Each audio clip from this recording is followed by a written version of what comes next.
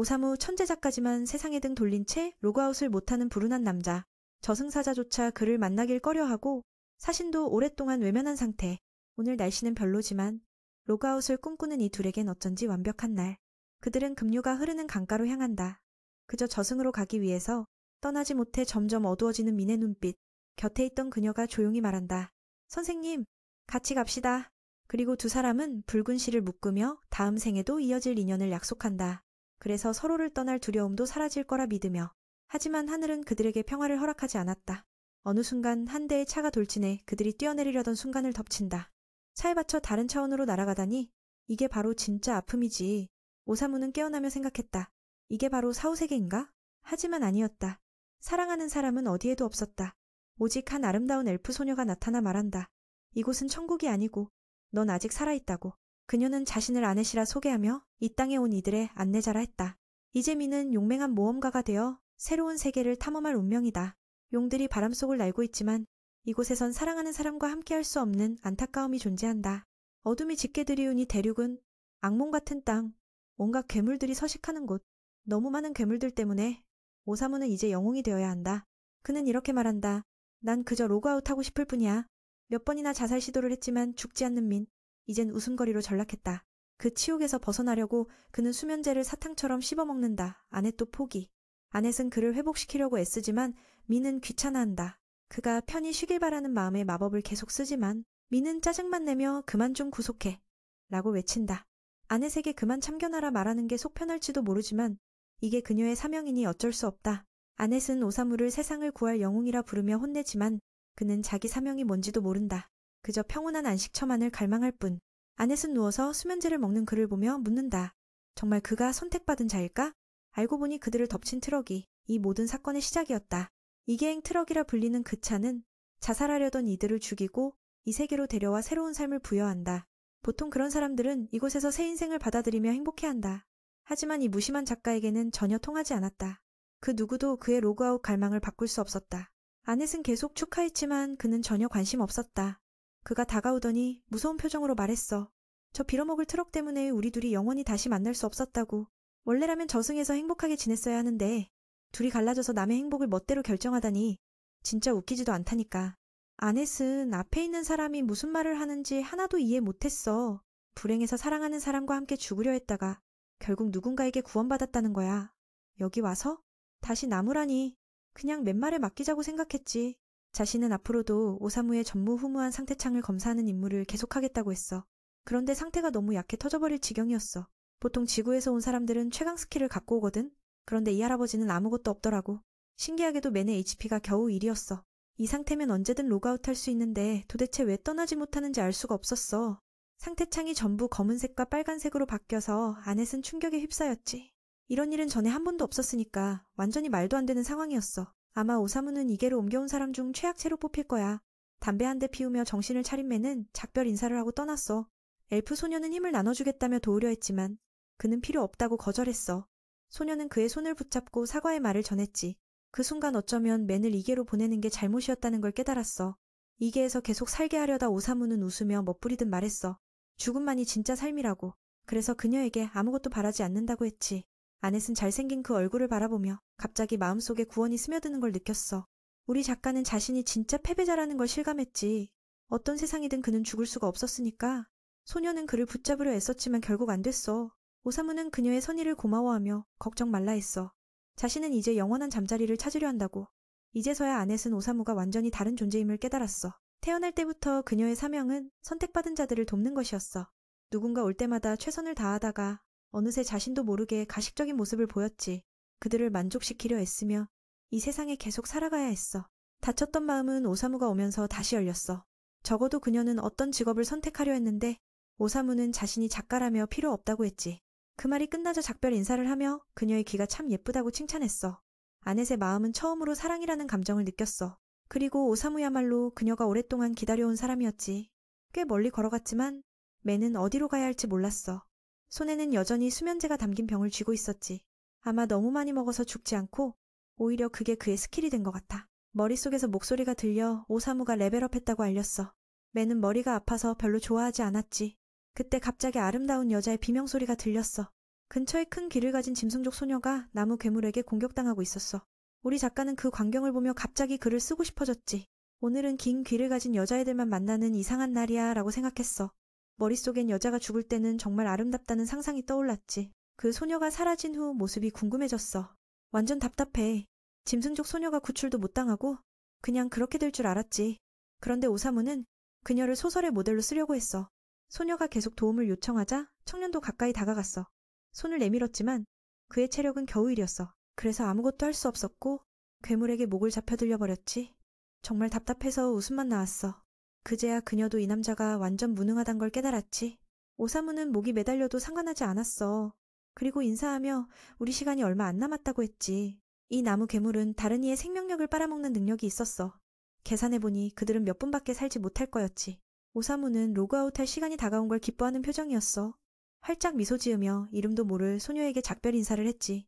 하지만 체력이 없는 맨이 어떻게 그걸 빨아들일 수 있겠어? 괴물이 빨아들인 건 오사무 몸속에 있던 독이었어. 갑자기 그 나무 괴물은 뜻밖의 죽음을 맞이했지. 그 덕분에 두 사람은 무사히 빠져나왔어. 검은 고양이 소녀는 무슨 일이었는지 모르지만 분명 자신 덕분이라 믿었지. 오사무는 결국 죽지 못해 실망했어.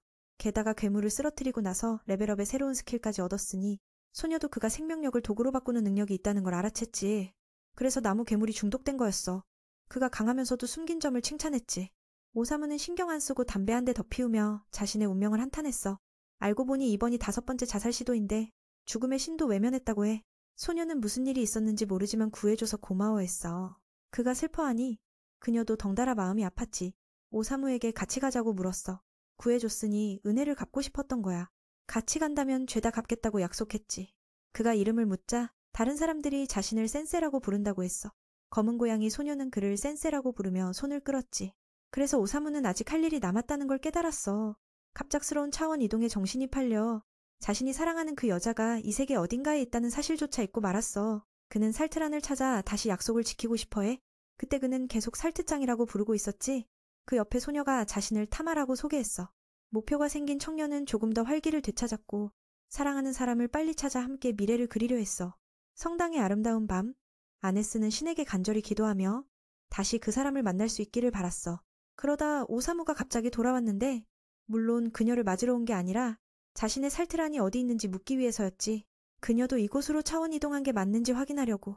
작가가 돌아오자 소녀는 기뻐서 달려갔지만 그가 떠난 지 얼마 안 되어 이미 여자친구가 따라붙었다는 걸 알고 깜짝 놀랐어. 아네스는 멘붕. 타마는 도대체 왜 여기 온 건지 몰라 헷갈렸지. 서둘러? 센? 살트란에 대해 묻자 그녀는 입이 떡 벌어졌고 청년이 여자복이 참 많다고 생각했어. 결국 그들은 그 여자에 대한 단서 하나도 찾지 못했어. 타마는 새 친구에게 그 여자는 분명 무사할 거라고 위로했지.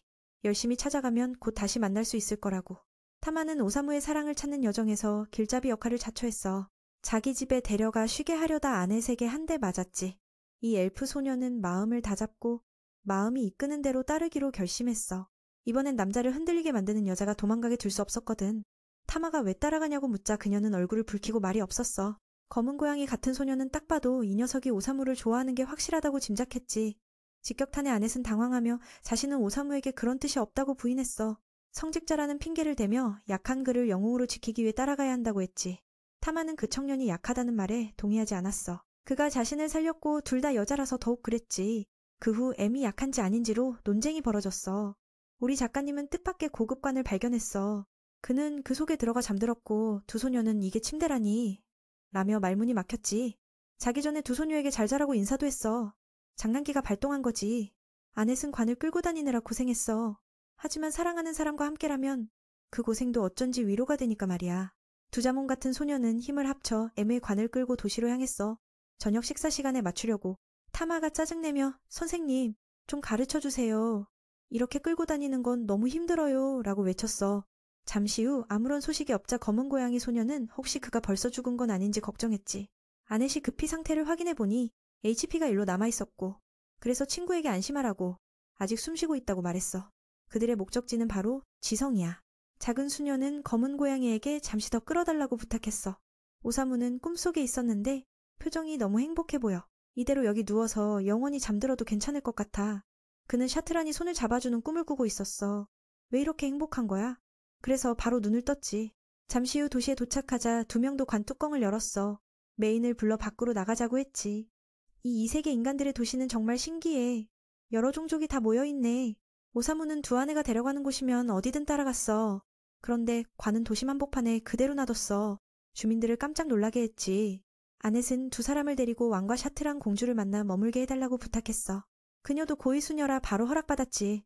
탐마도 듣고 기뻐하며 왕을 칭찬했어. 이렇게 너그러운 왕은 처음 봐. 오무는 여전히 여긴 어디지? 나는 누구야? 하면서 절도 안 하고 있었어.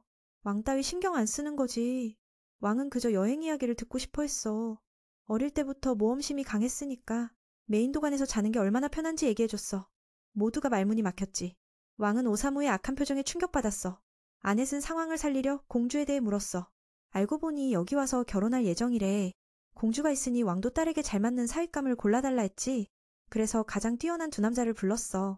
한 명은 온몸에 갑옷을 두르고 눈조차 내비치지 않았고 다른 한 명은 더 부드럽고 음악도 할 줄 알았어. 여긴 괴물과의 전쟁이 자주 일어나고 왕은 노새에 전투가 불가능해. 그래서 둘 중 한 명이 공주와 결혼하면 새 왕으로서 군대를 이끌고 평화를 지킬 거야. 공주는 아직 누구를 선택할지 모르고 사실 아무도 좋아하지 않고 결혼을 강요당하는 거야. 아넷과 탐마는 결혼 이야기에 신이 났어. 아마 우리 바보 작가 오사무랑 곧 결혼할 생각에 신났겠지. 왕이 약을 씹어먹는 걸 보면서도 무심했어. 왕이 누구를 고를 거냐 묻자 모르겠어요. 딸 미래는 왕이 빨리 정하세요 라며 대답했어. 왕은 너무 무례해서 기절할 뻔했지.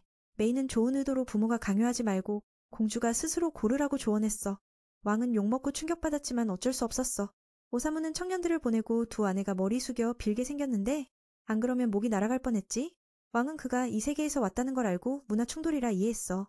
공주는 무례하게 왕을 무능하다고 한 그에게 깊은 인상을 받았지. 그날 밤에도 메이는 잠 못 이루었어. 아마 아침에 푹 잤는데도 계속 잠이 안 온 거야. 아넷은 친근하게 왜 아직 안 자? 라며 물었어. 내가 옆에서 같이 자줄까? 오사무는 나는 원래 잠을 못 자라며 그녀를 슬프게 했어. 아넷이 샤트라니 누구야? 왜 찾아가라고 묻자. 그는 말이 없었고 갑자기 바지에서 고양이 꼬리가 튀어나왔어. 그 검은 고양이가 몰래 먹이를 훔치다 아넷에게 맞아서 지금 새끼를 낳고 있었던 거야. 아넷이 친구를 꾸짖었어. 얼빠졌어? 벌써 사람 무릎 위에 누워? 사실 위치만 바뀌면 아넷도 아침까지 거기 누워 있었을 거야. 두 여자가 싸우는 걸 본 오사무는 밖으로 나가 산책하며 마음을 달랬어. 길가의 빛이 메인을 샤트란이 달을 바라보는 곳으로 인도했어. 그 장면은 너무 아름다워 두 사람의 마음이 한결 가벼워졌지. 공주도 밖에서 메인과 이야기할 수 있어 기뻤어. 그녀가 호수가 정말 아름답네? 하자 남자가 자꾸 뛰어들고 싶다고 했어. 그 말에 공주는 깜짝 놀랐지. 왜 슬퍼서 자살하려 해? 오사무는 말없이 그녀가 걱정된다고 했어. 마음이 들킨 거지. 샤트라는 나는 다른 선택지가 없어서 두 사람과 결혼해야 해. 어려서 놀고 싶은데 임신은 원하지 않아. 결혼 후보는 뛰어난 사람들이지만 그녀는 마음에 안 들어 했어. 결혼이 필수라면 가본 입은 남자를 고를 생각이래. 그가 온 뒤로 쓸데없는 전쟁이 없어졌거든. 잘생긴 청년은 그녀의 어린 시절 친구야. 그를 선택해도 괜찮지만 전투 능력이 약해서 아쉬워. 어떻게 이 상황에서 벗어날지 고민하는데 메이는 웃었어. 그녀는 자신과 달리 부모를 소중히 여기는 사람이라 했지. 오사무에게 인생은 항상 크고 작은 고난의 연속이야. 자기도 연인과 여러 번 자살을 시도했지만 한 번도 성공 못했어. 그때마다 양가 가족들은 놀라서 피를 토했지. 하지만 누구에게도 자신을 위한 삶의 방법을 찾아달라고 부탁한 적이 없어. 즉, 샤트란에게 스스로 강해져서 후회 없는 선택을 하라고 조언한 거야. 사돈이 되면서 그녀는 이 시인에게 더 호감을 느꼈어. 마지막으로 그는 그녀에게 말했어. 네 마음이 진짜 원하는 게 뭔지 스스로 물어봐. 다음날 어제 무례하게 굴었던 그들이 다시 불렸어. 아은은 그 모습을 보며 안도했다. 이곳의 미래를 생각하면 갑옷 입은 청년을 선택하는 게 맞다고 생각했으니까. 하지만 타마는 그녀가 그 땅의 친구와 더 잘 어울린다고 느꼈다. 작은 공주가 차례가 되자 그녀는 완전 쩌는 반전을 보여줬다. 둘 중 누구도 아니고 바로 오사무를 선택한 것이다. 왕은 이 상황을 보고 머리가 띵해졌다. 걔네가 결혼하면 완전 판이 뒤집힐 거라 걱정했으니까 두 여자애도 민우를 몰래 좋아했는데 특히 아은에게 그랬다. 그녀는 바닥에 쓰러져 기절했지만 사로는 이렇게 말했다. 어제 이야기 후에 진지하게 생각했어. 오사무를 사랑할 수 있다니 정말 멋진 일이지. 설령 그가 죽음을 택한다 해도 나도 그를 따라갈 거야. 그리고 두 후보에 대해서는 괜찮을 거라고 생각했다. 오토는 잠 못 이룰 때마다 그녀에게 노래를 불러줬지만 자세히 생각해보면 노래가 끝나도 잠이 오진 않았다. 아마도 그 청년은 이미 마음속에 다른 사람이 있어 그냥 대충 불러준 것뿐일 거야. 그리고 갑옷 입은 고메스는 좀 냄새가 난다. 공주인 나는 깔끔한 걸 좋아해서 결국 오사무를 선택하는 게 맞았다. 왕은 딸에게 너무 경솔하지 말라고 설득했지만 그녀는 먼저 자기 의견도 묻지 않고 결혼 문제를 마음대로 결정한 아버지를 나무랐다. 그래서 자기 마음대로 결정한 건 어쩔 수 없는 일이었다. 결국 사로는 이곳 누구도 자신의 감정을 진심으로 생각하지 않는다는 걸 깨달았다. 시니컬한 시인만 빼고 그가 유일하게 의견도 묻고 감정을 존중해주는 사람이었다. 매는 그 말을 듣고 웃으며 이 작은 아이가 자신을 선택한 이유가 결혼을 피하려는 것임을 이해했다. 바로 그때 고메스는 돼지 냄새 난다는 말에 참지 못했다. 사실 그는 소였는데 감히 돼지랑 비교하다니. 오사무는 소와 말이 다 가축이라 한데 묶어도 된다고 생각했다. 그는 어둠의 군주의 복수자였고 결혼을 이용해 왕이 되고 나라를 내부에서 파괴하려 했다. 하지만 사로가 나타나 모든 계획을 망쳐버렸다. 이 녀석 사실 꽤 멍청했다. 사로가 자신을 내부 첩자로 알아봤다고 착각했지만 사실 그녀가 그를 냄새난다고 한 건 맞지만 그가 뭔지는 몰랐다. 그 소식을 듣고 그는 너무 부끄러워졌다. 자기가 너무 멍청하다고. 아은은 지금 주인공이지만 지금은 기절 상태다. 그게 문제였다. 병사들이 왕을 지키려 달려들었지만 완전히 난사당했다. 타마가 그 소녀를 안전한 곳으로 옮기고 직접 그녀의 고향이 발톱 공격에 맞섰다. 전체적으로 괜찮았지만 상대가 엄청난 괴물이라 크게 효과가 없었다. 오토도 검은 고양이에게 신체 강화 마법을 걸었지만 아무 일도 일어나지 않았다. 하지만 오사무는 그의 노래에 빠져들었고 피범벅된 손은 타마의 민첩한 공격에 계속 당했다. 힘이 아직 부족해 역공을 당했지만 다행히 피해서 머리만 약간 다쳤다. 검은 고양이 아가씨는 점점 불안해지기 시작했어. 여기서 싸울 수 있는 건 자기 혼자뿐인데 저 녀석은 아직 전력을 다 안 썼다 했으니 상황이 진짜 긴장감 넘쳐. 이럴 때일수록 난 웃음 폭탄 투하? 야, 소야, 우리 좀 대신 죽어줄 수 있냐? 계속 기다리고만 있었잖아. 사쿠라가 그 녀석과 죽음을 함께하길 선택했으니 진짜로 그런 마음인지 시험해보고 싶었거든. 처음 보는 상황이라 그 소도 충격 먹었어. 누가 죽어달라고 하다니. 좋아, 좋아. 너희 할 말 있으면 다 털어놔봐. 오사무는 더 이상 신경 쓸 일 없이 단지 사츠란만 찾으면 돼. 여기서 바로 출발해도 좋고 동시에 사쿠라를 저 얕은 왕의 소나기에서 해방시킬 수도 있고. 탄마도 이 상황을 받아들이지 않고 소는 즐기며 말하길 그들을 저승으로 보낸 후엔 민족을 파괴할 거라고. 작은 공주는 자기 백성이 죽는 걸 원치 않아 망설였다. 오사무는 그때 손을 꽉 잡아 도망치지 못하게 했고 새 신부는 몹시 두려워했어. 소가 달려들자 사쿠라는 백성을 지키기 위해 살고 싶다며 죽기를 거부했다. 그 말을 들은 저 녀석은 사쿠라를 밀쳐내고 스스로 결과를 받아들이며 사쿠라는 자기와 맞지 않는다고 말했다. 그와 함께 모든 걸 할 수 있는 유일한 사람은 사츠란 뿐이라고. 위기 순간 아네스가 갑자기 정신을 차렸다. 사랑하는 사람을 살려야 해. 그녀의 마법은 저 소보다 훨씬 강력했다. 고메스는 무리하다가 두 뿔이 부러지고 말았다. 기회가 왔고 탄마가 돌진해 최후의 일격을 날려서 악취나는 황소를 멀리 날려버렸다. 살았는지 죽었는지 모를 일. 하지만 그 장면은 진짜 아찔했다. 두 소녀는 그 협동으로 더욱 가까워졌다. 여기서 가장 슬픈 사람은 아마 오사무. 결국 자신은 아직 평화를 찾지 못했으니까. 사쿠라는 이후 아버지 왕에게 사과를 받았다. 딸의 감정을 생각 못하고 거의 모든 걸 망칠 뻔했다며 딸의 용서를 바라며 앞으로는 왕국 이야기를 많이 들려주겠다고 약속했다. 부녀의 마음이 다시 이어져서 아네스는 꽤 기뻤다. 이 일로 조금 위안이 됐다고 할까? 며칠 뒤 사쿠라는 여왕으로 즉위해 마족에 맞서 나라를 이끌고 있었다. 하지만 두 사람이 고생이 많았다. 여전히 시체관과 폭풍시인과 함께 사츠란을 찾으러 다녀야 했으니까. 근데 저 녀석이 찾는다면서 자긴 자꾸 자고 있고 깨어나면 여성의 임종 모습이 아름답다고 철학 설교를 하다가 때로는 그들의 노력 자체가 더 아름답다고도 하고 탄마는 개가 나와서 자립하라는데도 안 나온다. 며칠이 지나도 두 소녀는 고장난 관을 끌고 다녔다. 길을 가다 쉴 때마다 오사무가 나와 벌써 시간이야? 라고 물었다.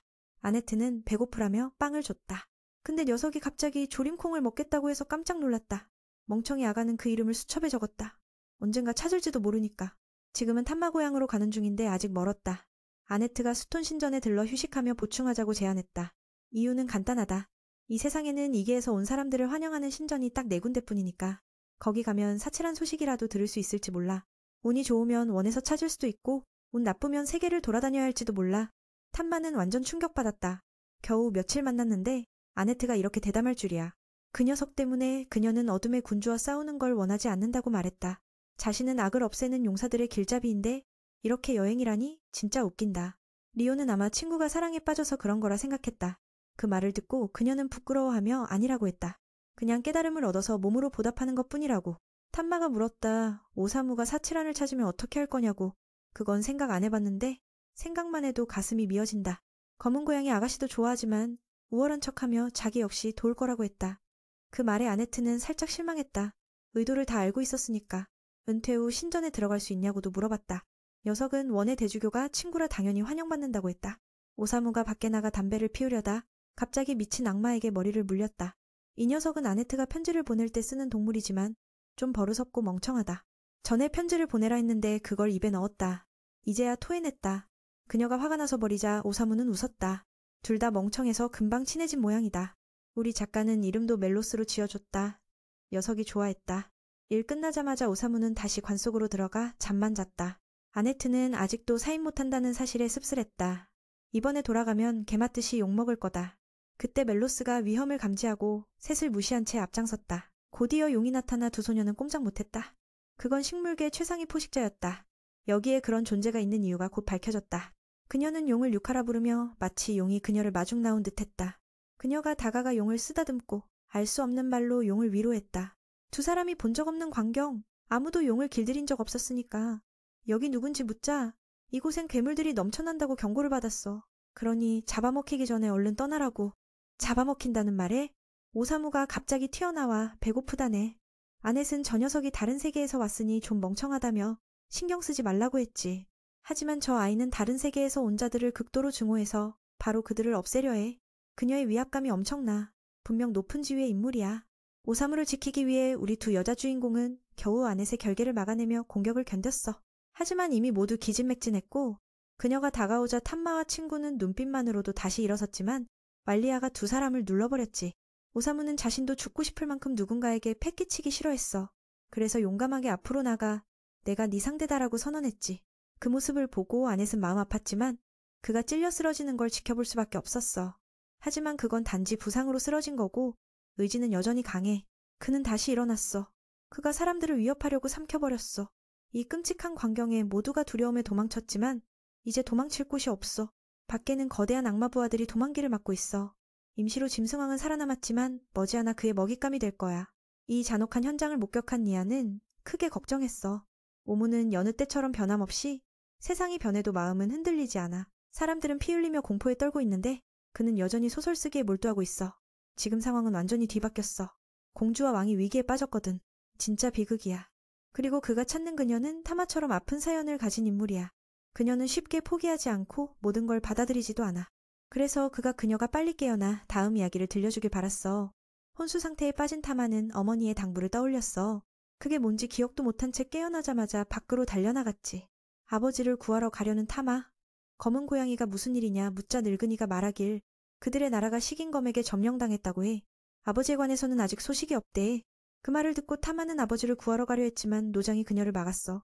아넷과 그 친구가 나서서 공주에게 침착하라고 조언했지. 그녀는 자신 때문에 아버지가 손을 잃었다며 자책했어. 매니 말한 대로 이 아이는 쉽게 포기하지 않아. 짐승왕이 되어 다음 생에라도 형님을 대신하겠다는 결심이 굳건해. 그래서 타마는 이 나라와 존경하는 아버지를 구할 의무가 있어. 아넷은 그녀가 무모한 짓을 못하게 하려고 형님 이야기를 꺼냈어. 그 얘기를 듣고 그녀는 그 이야기를 기억해냈지. 두 왕족이 죽은 사건에 관한 작품이 있는데 그게 바로 그녀의 어머니와 형님의 이야기야. 그 죽음 이후로 여기 주민들 중 눈물 흘린 사람은 단 한 명도 없었어. 게다가 이곳 사람들이 왕가를 진심으로 사랑한다는 증거도 전혀 없었지. 그래서 타마가 없어진다면 이 마을 사람들은 완전히 믿음을 잃게 될 거야. 일단 이 일은 모두 친구들이니까 맡겨두자고. 게다가 그녀는 공주니까 위험에 자신을 내맡기면 안 돼. 아넷이 자신감을 가진 이유는 오사무가 악당 영혼과 맞설 수 있는 능력을 알고 있기 때문이지. 이건 타마가 그날 보지 못했으니 아직 몰라. 에스가 니아, 멜로스, 아넷에게 같이 가자고 부르며씩 웃었어. 동생은 갑자기 끌려가서 겁먹었지만 같이 가지 않으면 겁쟁이라 놀림받을 테니까 어쩔 수 없지. 타마는 멀리서 친구들의 모습을 지켜봤어. 할아버지도 그녀가 좋은 친구를 사귀었다며 칭찬했지. 잠시 후 셋은 문 앞에 도착했고 두 마리 악마가 그들을 막았어. 이들은 가까이 오는 자는 무조건 죽이라는 명령을 받았지. 오사무는 두려워하지 않고 다가가서 우린 잡혀먹히러 왔다고 말했어. 그리고 카이바라의 연설을 듣고 감동받았다고 거짓말도 했지. 자신은 항상 로그아웃할 곳을 찾고 있다고 했어. 사실 당하는 것도 재밌을 것 같아서 자진해서 바치겠다고 말했지. 듣고 있던 두 악마는 완전 멍해져서 무슨 소린지 하나도 못 알아듣고 보고하러 갔어. 결국 그들은 감금되었고 아넷은 울면서 난리 났어. 센스가 왜 그렇게 멍청하게 자신을 쉽게 잡히게 했는지 이해가 안 된다고. 센스는 오히려 그녀에게 그 어리석은 행동 멈추라고 말하며 이미 계산이 끝났다고 했어. 두문지기와 싸우면 시간도 힘도 낭비할 뿐이라며 잡히는 게 더 빠르지 않겠냐고. 기회가 오자 그는 니아의 도구를 꺼내 동생에게 자물쇠를 열게 했어. 그리하여 자유롭게 잡아먹는 자를 만나러 갈 수 있게 됐지. 그때 두 악마가 카이바라에게 몇몇 바보들이 자진해서 먹히러 온다고 보고했어. 그런데 말도 못 붙이기 전에 타마가 나타나 그들을 전부 쓰러뜨려 동료들을 구했지. 그날을 회상해보면 타마는 무술에 대한 열정이 강했지만 아버지에게 금지당했어. 심심할 때면 나무에 올라가 레온과 아버지의 훈련을 몰래 관찰했지. 왕가의 후계자라서 어릴 적부터 큰 책임을 짊어졌던 레온, 가족과 백성을 지키기 위해선 강해져야만 했지. 하지만 온화한 성격 때문에 무술 수련에는 어려움을 겪었어. 창밖을 보며 공주인 딸이 장난꾸러기라며 아버지는 마티아는 고양이 같지만 고집센 황소 같다고 꾸짖었지. 딸이 무술을 배우고 싶다고 해도 거절했어. 공주로서 싸움에 나서는 건 체면이 안 선다고. 타마는 순진하게도 이 모든 게 단지 놀이일 뿐이라고 생각했어. 아버지와 오빠가 자신을 못된 놈들 취급하며 같이 놀지 못하게 한다고 생각했지. 가족 모두가 이 버릇없는 녀석에게 한숨만 나왔어. 방으로 돌아와 엄마가 머리를 빗겨주며 아버지에게 혼난 이야기를 물었어. 엄마도 아버지가 무술 배우지 못하게 해서 싫다고 했지. 엄마는 딸을 위로하며 속삭였어. 꼭 기억하라고. 현재로 돌아와 수왕도 타마가 여기 온 걸 멍청하다며 꾸짖었어. 카이바라는 애초에 그녀가 올 걸 알고 있었기에 일부러 아버지 목숨을 살려둔 거야. 그가 강하다는 걸 알면서도 타마는 그 식인마를 이길 수 있다고 믿었어. 카이바라는 바로 죽이지 않고 싸움으로 고기를 연하게 만들려 했지. 부하의 시체를 발로 차서 그녀 쪽으로 날려버렸고 타마는 한 박자 늦었어. 곧바로 그 녀석은 전기 충격으로 검은 고양이 타마를 태워버렸지. 그 기술은 수왕의 것이었고 그의 팔을 먹은 덕분에 그도 사용할 줄 알게 됐어. 만약 타마가 가진 힘이 이 정도라면 도마 위의 노인 생선과 다를 바 없지. 언젠가는 맛있는 먹잇감이 될 거야. 신이 바뀌어 S 일행은 아직 전투가 벌어지는 구역을 찾지 못했어. 긴장감이 팽팽한데도 오사무는 천천히 걸었어. 게다가 그들은 검은 고양이 친구가 여기 있다는 것도 몰랐지. 아름다운 문을 발견한 매는 안에 필요한 것이 있을 거라 예상했어. 무단으로 들어가서 오사무는 방 구석구석을 뒤졌지만 원하는 걸 찾지 못했어. 아넷이 카이바라를 이길 방법을 물었고 매는 지금 찾고 있다고 대답했지. 내 능력 덕분에 오사무는 수왕이 숨겨둔 일기를 발견했어. 다시 검은 고양이 타마 쪽으로. 지금 그녀는 온갖 고통을 겪고 있어. 타마가 버티는 걸 보며 카이바라는 뒤로 순간이동해 마지막 일격을 날려 그녀를 하늘로 날려버렸어. 멈추지 않고 그녀를 잔인하게 계속 괴롭혔지. 타마는 움직이지 않고 누워 과거를 떠올렸어. 그때 아버지에게 무술을 금지당했을 때 그녀는 매일 오빠를 지켜볼 수밖에 없었지. 레온이 너무 열심인 걸 보고 무술을 좋아하지 않는 이유를 물어봤어. 자신도 재능이 없다고 인정했지. 타마가 수련하면 오빠보다 더 빨리 기술을 익힐지도 몰라. 하지만 부족하기에 더 열심히 해야만 했어. 레온은 아버지처럼 강해져서 어머니 여동생, 백성을 지키는 좋은 왕자가 되고 싶었어. 이제 그거 없으니 가족과 백성을 지키는 책임은 타마에게로 넘어왔지. 그걸 동력 삼아 그녀는 다시 일어났고 카이바라는 흥미를 잃었어. 가만히 누워있지 왜 스스로 싸움에 나서냐고. 이 정도 힘으로 아무리 노력해도 결과는 뻔하다고. 수왕도 딸에게 그만두고 도망치라 조언하며 자신 걱정하지 말라고 했어. 아은은 자신이 약하다는 걸 알지만 만약 형이 살아있다면 지금쯤 그들을 절대적으로 지켜줬을 거야. 민우는 절대 포기하지 않아. 그래서 나도 마지막 순간까지 포기하지 않을 거야. 그 말을 듣고 상대도 미소 지었어. 그녀 같은 굳은 의지를 가진 자를 먹고 싶어 하니까 그 고기의 질은 뭐든지보다 훨씬 맛있을 거야. 이제 장난도 그만하자고. 그는 큰 입을 불러내며 이 세계에서 원하는 걸 할 수 있다는 사실에 만족했어. 카이바라는 이곳에 오기 전 인생은 정말 호화로웠어. 하지만 그걸로도 그는 만족하지 못했지. 모든 걸 가진 채 마치 성 같은 저택에서 하인들과 맛있는 음식과 함께 태어났지만 안타깝게도 그는 눈앞의 것들에 너무 지쳐버렸어. 그날 왠지 모르게 그 남자의 눈에는 집안 한여가 참 맛있어 보였어. 그는 그녀를 생식하려 했지만 다행히 모두가 막았지. 그 이후 그녀는 퇴직금과 함께 회사를 떠났어. 카이바라는 다시 지루한 새장 같은 삶으로 돌아갔지. 결국 이 청년은 집을 떠났고 우연히 노숙자가 라면을 먹고 있는 걸 만났어. 그런데 이 싸가지 없는 놈은 그 사람을 때려서 자신의 욕구를 채웠어. 세상에서 가장 불쌍한 사람인 척 하다가 바로 이 세계 트럭에 치여 차원의 문을 통과했지. 그게 바로 그가 이곳에 오게 된 이유고 이제 그는 원하는 대로 자유롭게 살고 있어. 그 굶주린 입으로 검은 고양이 소녀를 잡아먹으려 할 때 오사무가 앞에 서서 막아섰어. 덕분에 그 녀석은 멈췄지. S는 이미 그의 과거를 듣고 그 이야기가 지루하다고 평가했어. 그 청년은 입을 조종하려 했지만 이상하게 작동하지 않았어. 본능이 그에게 이 남자를 먹지 말라고 경고했어. 먹으면 어쩔 수 없이 로그아웃 될 거니까 두 동료도 나서서 포위했어. 전에 센스의 힘을 받기 때문에 아네트는 자신만만하게 그를 원래 세계로 돌려보내겠다고 선언했어. 그 말에 그 녀석은 우습다는 듯 웃었지. 그녀는 오사무에게 이야기꾼 기술로 그를 보내달라고 부탁했어. 근데 그는 거절했어. 그 녀석은 뭐 생각하는 건지 도통 이해가 안 가서 그녀는 당황했지. 내가 보기엔 이 고기 먹는 놈은 쓸만한 이야깃거리가 전혀 없어. 카이바라는 모욕을 느끼고 분노했어. 힘을 폭발시키며 모두를 날려버렸지. 그 청년은 검은 고양이 소녀를 먹기 전에 모두를 제거하려 했어. 사람들이 멀리 밀려나면서 니아는 의식을 잃었어. 타마도 모두 자신의 탓이라 슬퍼했지. 친구들을 끌어들인 게 아니었으면 그들은 살았을 거야. 그녀는 절망 속에서 눈물을 흘렸고 센스가 다독여주었어. 무엇을 해야 상황을 되돌릴 수 있냐고 물었지. 그때 그가 한 가지 이야기를 선물해 주었어. 예상대로 그녀의 비극적인 운명은 소설로 써도 아깝지 않을 만큼 깊은 이야기였어. 한 장 한 장 책장을 넘기자 종이들이 바람에 흩날렸다. 아넷은 깜짝 놀랐다. 이야기꾼의 능력은 바깥 세계 사람들한테만 통한다고 생각했거든. 하지만 카이바라는 아직 우리를 노리고 있어서 복숭아 같은 그녀도 끝까지 버텼다. 오사무는 그녀의 과거를 다 알게 되고 마음속으로 착한 아이라고 생각했다. 하지만 너무 착해서 타마는 감정을 억누르고 있었다. 어릴 적부터 그녀의 삶 한마디 한마디가 책에 고스란히 적혀 있었다. 그 오래된 기억들이 떠오르고 센스는 타마가 오빠를 대신하려 얼마나 애썼는지 이해했다. 하지만 짐승왕은 그 마음을 몰라서 둘의 관계는 점점 틈이 벌어졌다. 화가 난 그녀는 자신이 누구였는지도 잊어버렸다.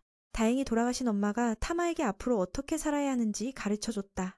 엄마가 했던 말이 떠올랐다. 딸의 인생은 결국 자신이 결정하는 거라고. 너의 뜻대로 살아. 아빠가 안 된다면 내가 설득할게.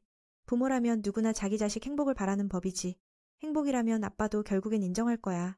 지금 타마는 두 갈래 길 앞에 섰다. 아빠가 그려준 삶을 따르거나 오빠 대신 왕자가 되는 것. 하지만 둘 다 그녀에게는 어울리지 않았다. 그래서 그녀는 세 번째 길을 택했다. 바로 자기 자신을 위한 삶. 그렇게 지옥의 사슬이 드디어 끊어졌다. 그녀 안에 숨겨진 진짜 힘이 폭발했다. 사실 오사무가 준 능력이 아니라 어릴 적부터 타고난 힘이었다. 억눌려 있던 탓에 신수의 흔적이 희미해졌던 것뿐. 옛날에 사촌들이 그 흔적을 발견하고 아빠에게 알리려 했지만 타마가 싸우는 걸 아빠가 싫어할 걸 알고 반대했다. 근처에 있던 짐승왕도 다 들었지만 모르는 척했다. 그래서 그 흔적은 한 번도 다시 나타나지 않았다. 진짜 자신을 위해 살고자 할 때 비로소 그 힘이 깨어난 것이다. 아빠는 자신이 큰 실수를 했음을 깨닫고 자책했다. 딸을 지킨다며 재능을 막아버렸으니. 카이바라는 이 광경을 보며 검은 고양이 고기 먹기가 더 좋아졌다. 짐승왕의 살도 이미 그에게 소화되었고 영화 같으면 타마가 힘을 깨우고 자신을 이길 수도 있겠다 생각했다. 하지만 현실은 냉혹했다. 그는 포식자였으니까. 그런 자신감 넘치는 포식자를 보며 오사무는 살짝 담배 한 대를 권했다. 그의 실력을 지켜보고 싶었다. 타마의 힘 각성에 자신감이 넘쳤다. 절망을 해피엔딩으로 바꾸고 싶어 했다. 모두가 그녀를 응원하며 지켜봤다. 곧 그녀는 무시무시한 속도로 다가가 상대에게 한 방도 놓치지 않았다. 그가 아버지에게서 힘을 받았지만 짐승인간은 아니었다. 그래서 각성한 신수의 특수 기술에 패배했다. 이 기술로 그의 기관이, 카이바라의 내장이 망가졌다. 너무 빨리 져서 뭐가 어떻게 된 건지 몰랐다. 타마도 인생 처음으로 특수 흔적을 쓴 뒤 지쳤다. 아넷도 그녀를 치료하며 해냈다는 사실에 감동했다. 오사무는 그 후 왕에게 아내의 일기장을 돌려줬다. 남의 물건을 몰래 가져간 건 좀 뻔뻔했지만 딸에게 큰 도움이 됐다. 그래서 욕할 수 없고 오히려 감사해야 했다. 하지만 매는 자신은 그냥 한 권의 책을 썼을 뿐이라 말했다. 감사할 일도 아니라고. 할아버지도 타마가 아직 힘을 완전히 통제 못한다고 말했다. 앞으로 시간을 들여 완성하면 반드시 짐승족 역사상 최강이 될 거라고. 그때 갑자기 카이바라가 다른 모습으로 부활했다. 자신도 왜 살아있는지 모를 정도였다.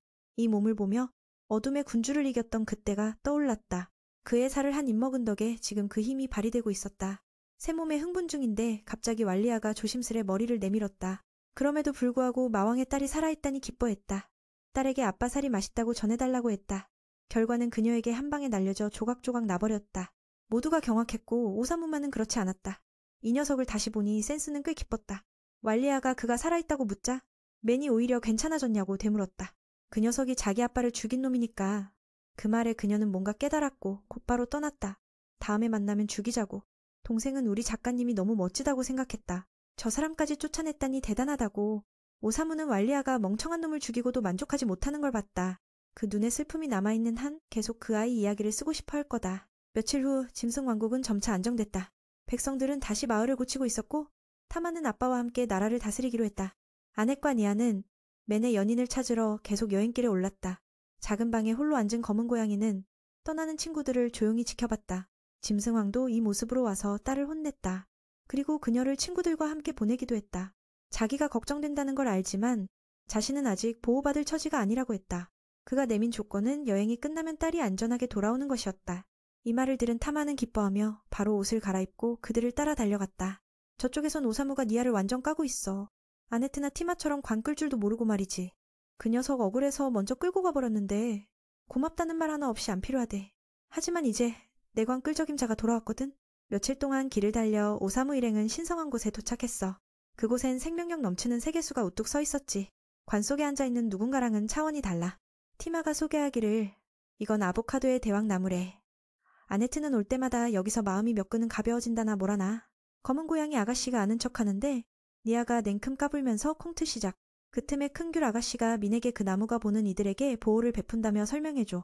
그래서 그 나무 아래엔 사계절 내내 평화로운 마을이 자연과 함께 어우러져 있대. 오늘 우리의 휴식처가 바로 그곳이야. 티마가 이야기 도둑 맞아 화나서 귤 아가씨 뺨 한 대 쳤지.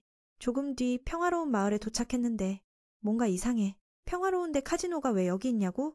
오사무는 당연히 그 안 스포츠 종목을 알고 웃음빵 터졌지. 동생 리아도 안에 뭐냐고 물었더니 도박장이란 답변이 돌아왔어. 두 언니들의 소개가 의심스럽다며 쳐다봐. 그리고 누군가가 손가락 하나를 살짝 빼앗기는 장면에 다들 깜짝 놀랐어.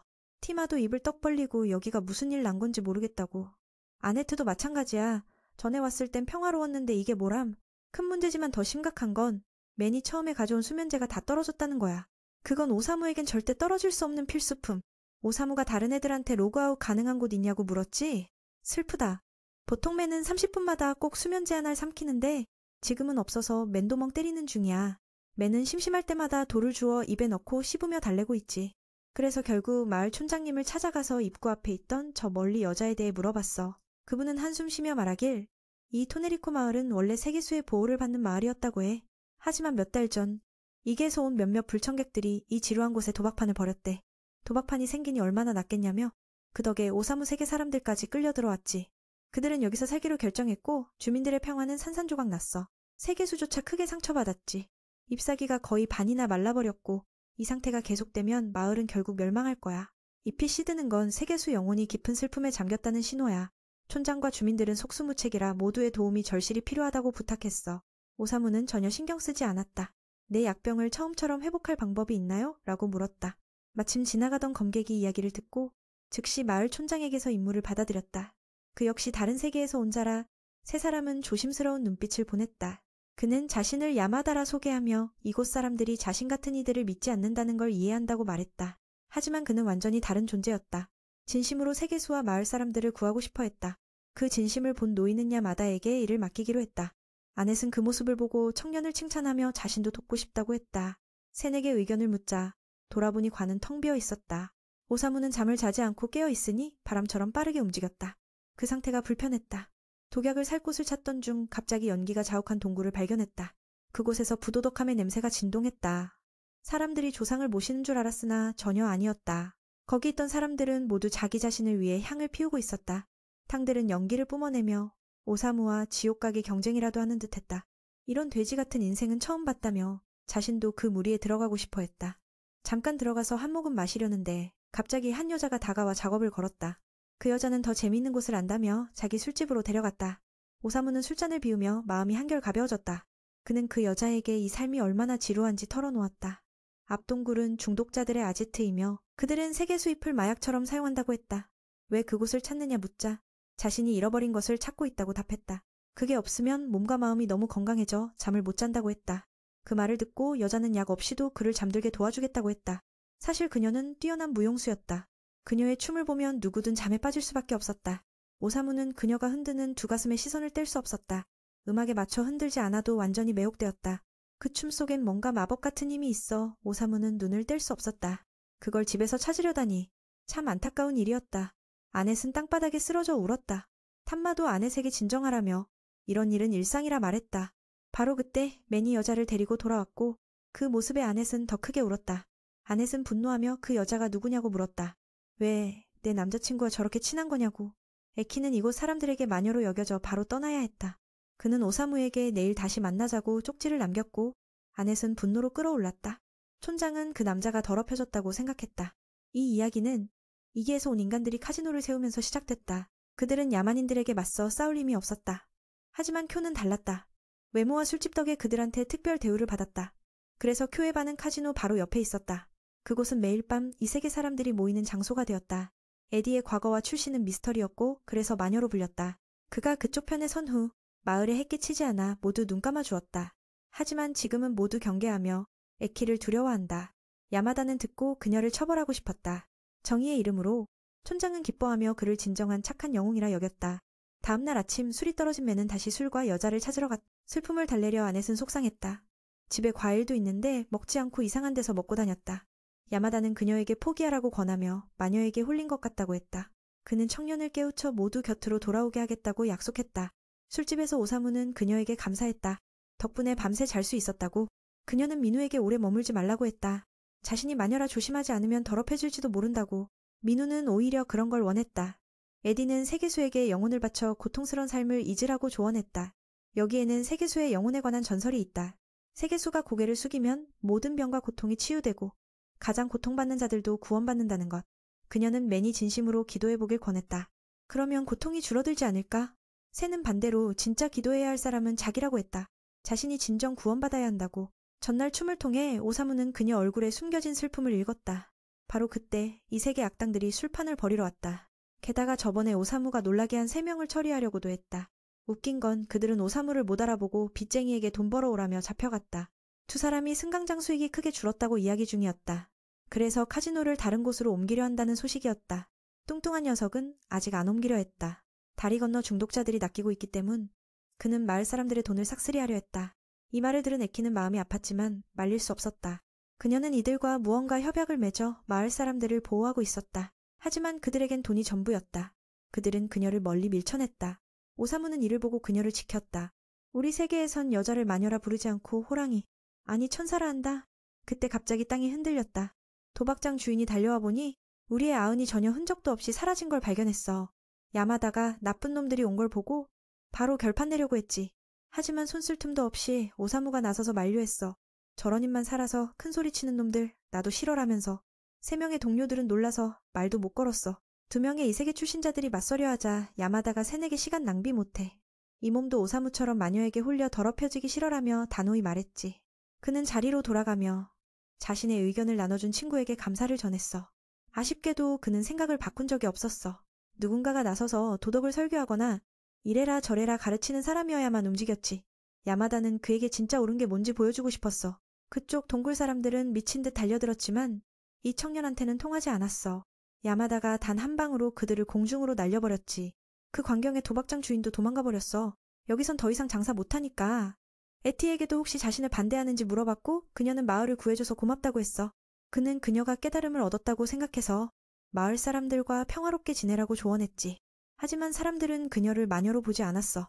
총알 같은 눈빛으로 불쌍한 그녀를 쳐다보며 저쪽과 손잡고 돈만 많이 벌었을 거라 생각했지.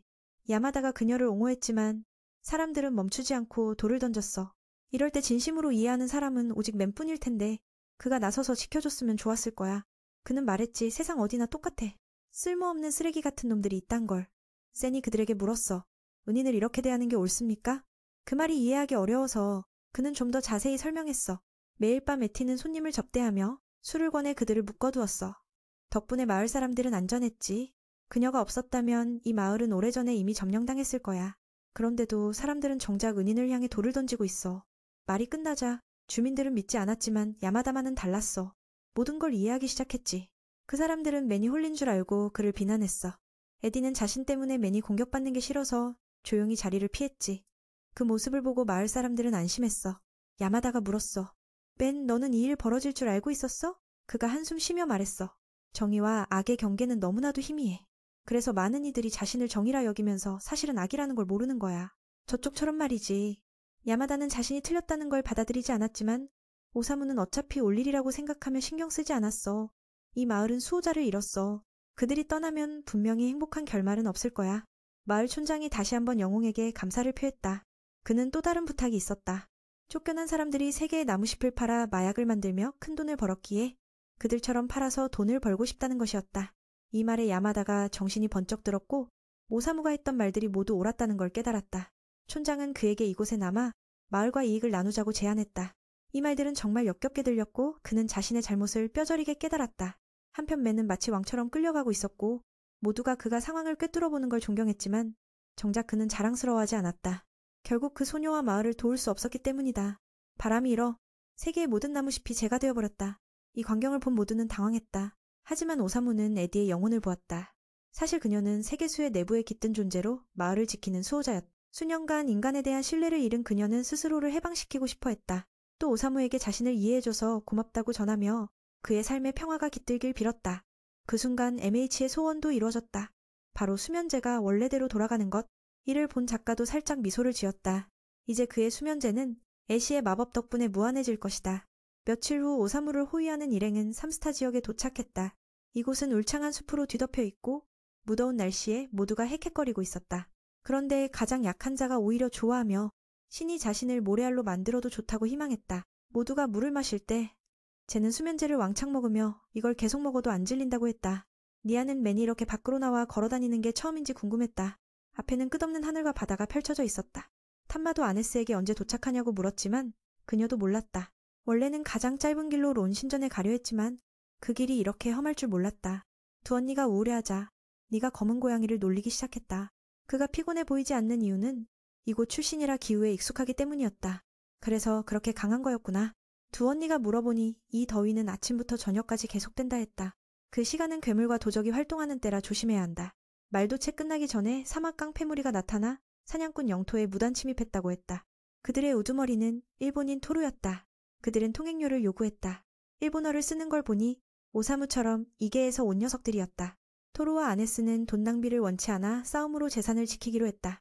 여사제는 안전을 위해 젠에게 관속에 숨으라 했지만 너무 더워서 젠은 참지 못했다. 깡패들은 그들이 강한 걸 몰랐기에 한 방에 당했다. 두 여자가 완벽한 호흡으로 한 녀석을 쓰러뜨리고 나머지를 겁에 질리게 했다. 그들이 자신들을 공격할 수 없자 차량으로 맨을 들이받으려 했다. 관속에서 더위에 허덕이던 그는 숨이 턱턱 막혔다. 니아가 근처에 있었지만 돕고 싶어도 두려워 움직이지 못했다. 니아가 검을 뽑자 상대는 그가 베지 못할 걸 알고 조롱했다. 니아는 침착하게 자신이 전사라고 말했지만 토루는 크게 웃었다. 그에게 검을 뽑는 것은 죽음을 받아들이는 것과 같았다. 그는 독에 대해 소개했다. 그가 쥐고 있는 정갈의 독은 아주 강력했다.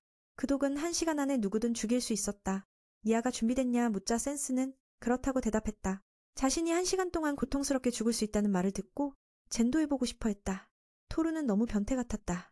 정갈에게 찔리더니 가속 페달을 밟아 독을 젠에게 주입했다. 그의 몸속은 온통 독으로 가득 차 있었다. 결국 독이 역으로 작용해 1200이 넘는 데미지를 입고 쓰러졌다. 오사무는 그를 지치고 실망한 표정으로 바라봤다. 강할 줄 알았는데 입만 살았구나. 툴루는 소중한 탈 것을 잃고 분노했지만 갑자기 괴물의 울부짖음에 멈춰섰다. 그들은 이곳 사람이기에 그 존재를 잘 알고 있었다. 그래서 그 굶주린 늑대가 다가오기 전에 땅속으로 숨기로 했다. 아네스는 이후 천재 작가 탐마를 회복시켰다. 동생이 우울한 표정을 짓자 응아가 다가가 위로했다. 그가 아직도 두려워한다는 걸 알기에 그녀는 다음에는 꼭 잘할 거라고 말했다. 소녀는 다가가 말했다. 형님, 지켜주지 못해 미안해요. 나는 맨팀의 검객이지만 원망하지 않아요. 처음부터 영웅이 될 수 있는 사람은 없다고. 우리처럼 이계에서 온 녀석들은 예외지만 중요한 건 실패와 조롱 속에서 어떻게 변해가는지다. 아네스는 방금 들은 비명소리에 걱정하며 서둘러 이동하려 했다. 그리고 니아에게 길 안내를 부탁했다. 그만이 길을 알기 때문이다. 기운내라는 말과 함께 니아는 모두를 자신의 옛집으로 이끌었다. 작지만 사실 그곳은 고아원이었다. 아이들은 형님의 귀환을 반갑게 맞이했다. 알고 보니 니아는 이곳에서 자란 고아였다. 아이들을 돌보는 사람도 그가 돌아와 기뻐했다. 그녀는 따뜻한 사랑으로 가득한 노모가시였다. 덕분에 모두가 맛있는 식사를 함께할 수 있었다. 모두가 할머니 요리 칭찬하는데 저놈만 입맛 없다며 양념 좀 더 달라고 했어. 다들 멘붕 왔지. 먹을 게 없어도 참는데 이 녀석은 또 양념을 달라니? 사실 이 집은 정말 가난해. 근데 요즘 누군가 몰래 음식 선물해줘서 이런 밥상을 받게 된 거야. 카티 할머니도 누가 주는지 몰라. 하지만 분명 착한 사람이야. 그 사람이 얼마나 따뜻한지 느껴져. 집안의 악동들도 니아가 어떻게 용맹한 전사가 됐는지 궁금해했어. 떠날 때 니아가 말했지. 내가 그 목표 달성할 때까진 돌아오지 않겠다고. 갑자기 들은 질문에 니아 표정 완전 당황. 눈동자 휙휙 돌리며 핑계 찾느라 진땀 뺐어. 니아는 자신이 영웅단 소속이라고 했지. 애들은 그 영웅님이 어디 있냐고 묻는데 바로 S라는 사람이라더라. 애들은 실망했지. 그 사람은 영웅이라 부르기엔 너무 평범한 소설가일 뿐이니까. 모르는 애들을 위해 아넷이 설명해줬어. 오사무는 소설 쓰는 사람이야. 재밌잖아? 애들이 이야기를 더 듣고 싶어 했는데 이 아저씨가 범죄 이야기를 꺼내서 카티 할머니도 진땀. 그날 밤 아이들이 잠든 후 두 소녀가 니아 가족이 정말 멋지다고 칭찬했어. 바로 그때 괴물 울음소리가 울려 퍼졌지. 온 집안이 소란스러워졌어. 할머니가 말했지. 그건 사납고 무서운 괴물이다. 많은 사람을 죽였다고 전해져. 이 늑대가 왜 이 근처를 배회하는지 아무도 몰라. 할머니와 아이들이 아무 저항도 못하는 상황이라 더 무서워. 밤에는 절대 밖에 나가지 말라고. 안 그러면 목숨을 잃을 수도 있다고 경고했어. 그 말이 끝나기도 전에 저놈이 벌써 밖에 나가서 멜로스랑 놀고 있더라. 멜로스가 뭔가 발견하고 얼른 데리고 왔어. 오사무는 눈앞 풍경이 정말 흥미로웠어. 거기엔 괴물에게 공격당한 동물들의 시체가 있었거든. 그날 밤 니아가 두 미녀와 자고 있는데 검은 고양이 소녀가 얼굴에 대고 장난쳤어. 니아가 깨어나 창밖을 보니 누군가 스쳐 지나갔지. 가족 안전이 걱정돼 몰래 밖으로 나가 확인해봤어. 그 미스터리한 인물을 보고 둘 다 완전 깜짝 놀랐어. 그 아저씨가 도둑으로 오해받았지만 억울함을 풀었어. 다리 불편한 사람이 도둑질하다니 그게 더 신기하잖아. 니아는 미안하다고 사과했어. 이 사람이 바로 그동안 고아원에 음식을 몰래 보내준 은인이니까. 아이들 웃는 모습을 보는 게 좋아서 그렇게 했다고 하더라. 니아가 왜 정식으로 주지 않냐고 물었더니 그는 그냥 아이들 즐거운 모습 보는 것만으로 충분하대. 두 사람은 한쪽 구석에 앉아 이야기했어. 니아를 처음 만나서 여러 가지 묻기도 했지. 여기서 태어난 녀석이지만 몇 년 전 꿈을 쫓아 떠났대. 부모님이 돌아가신 후 카티 할머니가 그를 키웠지. 그가 자주 쓰는 검은 바로 아버지가 남긴 유산이야. 그 검에 걸맞게 강해지고 싶다고 했어. 게다가 성공하면 그 녀석들한테 자랑거리가 될 거라나. 나중에 애들이 그를 본보기 삼아 성장하길 바란대. 말은 쉽지만 난 지금 겁쟁이일 뿐이야. 이 얘기를 들은 그 아저씨도 감동해서 눈물 펑펑. 켄이야. 정말 착한 아이야. 부모님이 천국에서 분명 자랑스러워하실 거야. 아저씨도 저 녀석처럼 착해지고 싶다나 봐. 디아는 이해 못했어. 지금 하는 인도주의적인 행동도 충분히 착한 거잖아. 둘이서 이런저런 이야기 나누는 동안 오사무는 몰래 듣고 소설 쓸 준비를 했지. 아침이 박자 아저씨가 돌아가려는데 네가 아침 먹으라며 초대했어. 하지만 아저씨는 자신이 자격이 없다며 감사 인사만 남기고 생각에 잠겼지. 네가 아저씨한테 시간이 있냐고 물었어. 집사람들은 아직 안 일어났대. 조금 있다가 둘은 시원한 오아시스를 발견해 신나했어. 알고 보니 아저씨는 후각이 아주 예민해서 물 냄새를 맡을 수 있대. 그래서 둘이 힘을 합쳐 먹을거리를 수확해 아이들에게 선물했지. 순식간에 둘은 산더미 같은 식량을 모았어. 집에 돌아오니 카티 할머니가 보고 크게 놀랐어. 애들도 맨이랑 놀다가 지쳐버렸지. 맨은 자신이 작가지 베이비시터가 아니라며 괴로워했어. 그날 밤 니아가 일찍 자자 두 소녀는 하루 종일 네가 어디 갔는지 궁금했어.